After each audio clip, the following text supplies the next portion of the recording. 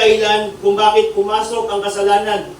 At alam po natin mga kapatid, ang dulot po ng kasalanan ay ano? Ang dulot ng kasalanan ay Kamatayan. kamatayan.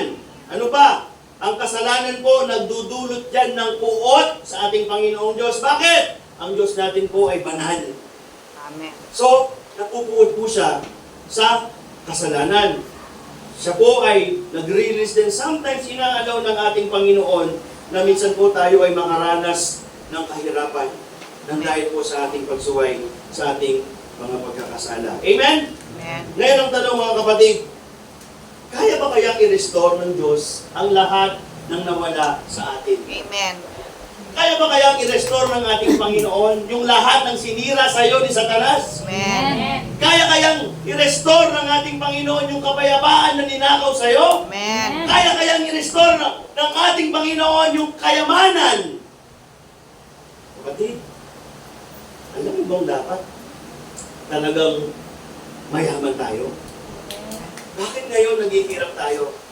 Yan po ay dahil sa ating mga pagsuway sa ating Panginoon. Amen. Alright? So everybody,